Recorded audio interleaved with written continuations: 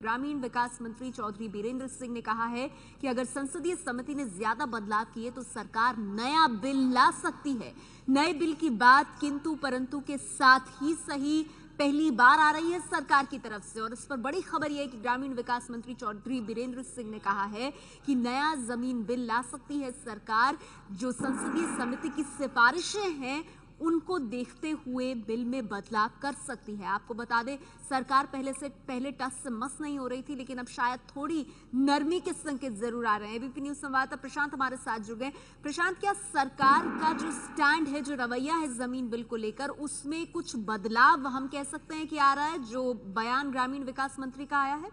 बिल्कुल नेहा, ये बदलाव के ही संकेत हैं। जिस तरह से ग्रामीण विकास मंत्री ने का कहना है कि अगर सारा कुछ निर्भर कर रहा है ज्वाइंट कमेटी ऑफ पार्लियामेंट जो बनी हुई है, जो इसको देख रहे हैं इस बिल को, अगर वो जो बिल अभी पुराना बिल है उसमें ज्यादा संशोधन करती है, ज्यादा परिवर्तन सुझाती है, तो ऐसे में नया बिल ला सकती है सरकार। तो इसका मतलब साफ हुआ कि सरकार अपने बिल में परिवर्तन को तैयार है, उसमें फेरबदल को तैयार है। ये महत्वपूर्ण संकेत है।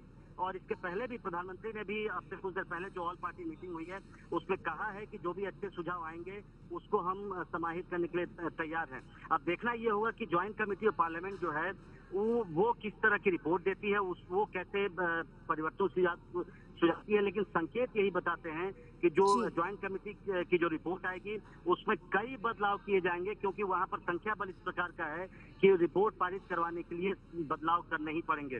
लिहाजा ये सरकार की ओर से बदलाव के संकेत है और महत्वपूर्ण संकेत है। और पार्लियामेंट जो नहीं चलने के आसार नजर आ रहे हैं उसको देखते हुए भी ये महत्वपूर्ण बयान है ग्रामीण विकास मंत्री की तरफ से। जी, गतिरोध खत्म करने की दिशा में भी इसे एक अहम बयान माना जा सकता है। शुक्रिया प्रशांत आपका इस जानकारी के लिए। आपको ये भी बता दें कि कांग्रेस के नेता आज सर्वदलीय बैठक में शामिल हुए हैं। बैठक से निकलने के बाद कांग्रेस के गुलाम नबी आजाद ने कहा है कि देश में अराजकता आ गई है, सरकार इसके लिए जिम्मेदार है। कांग्रेस के नेता गुलाम नबी आजाद का यह अहम बयान, जिसमें उन्होंने कहा है कि देश में जो अराजकता आ गई है उसके लिए सरकार जिम्मेदार है। आपको बता दें, एक तरफ सरकार सर्वदलीय बैठक करके बीच का रास्ता तलाश करने की कोशिश कर रही है, लेकिन दूसरी ओर कांग्रेस ने अपने तेवर नरम नहीं किए हैं। पाकिस्तान के आतंकवादी उनको मार रहे हैं, ये क्या आईएसआई के लोग मार रहे हैं, ये क्या उनको नक्सलाइट लोग मार रहे हैं?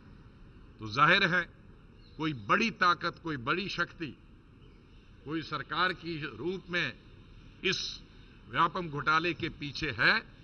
इसी के चलते 40 से 50 लोगों की आज तक विटनेसों की हत्या हुई और केंद्रीय सरकार और राज्य सरकार बैठी। तो उसका मतलब है कि बहुत बड़ा हाथ है। और उसके बाद भी अगर ये केंद्रीय सरकार कहती है कि व्यापम घोटाला नहीं है, और ये सरकार कहती है कि हम उनका मुख्यमंत्री पर एक्शन नहीं लेते, और कुछ लोग दोषी पाए गए ललित गेट में, एक फ्यूजिटिव को, एक भगोड़े को जो भागा हुआ है, जो भारत सरकार जिसको दूसरे देश से वापस लाना चाहते हैं, और उसकी मदद की जा रही है, और फिर भी अगर आप कहते हैं ये अपराध नहीं है, तो खुदा और भगवान ही बचाए इस देश की हुकूमत को